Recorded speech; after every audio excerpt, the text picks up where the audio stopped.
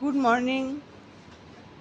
দেখুন এখন বাজে কটা, সকাল 6:30 মতন হবে। আমার নুরিসোনা ছাদে এসে ওর দৈনন্দিন এক্সারসাইজ শুরু করে দিয়েছে বল নিয়ে। বল ওর একটা প্রিয় একটা জিনিস।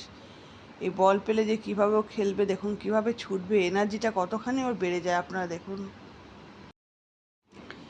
এখন দিনের পর দিন যা গরম বাড়ছে, বেশি বেলার দিকে তো ছাদে নিয়ে আসা যায় না, তো এখন এই 6:30টার সময় নিয়ে এসেছি। ওই 15 মিনিট 20 মিনিট ছাদে থাকবে।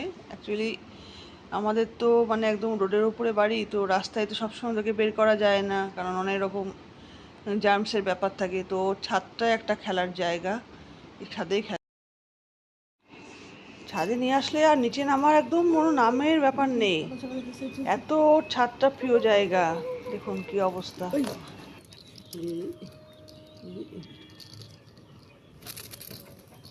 সকাল সকাল এক্সারসাইজ।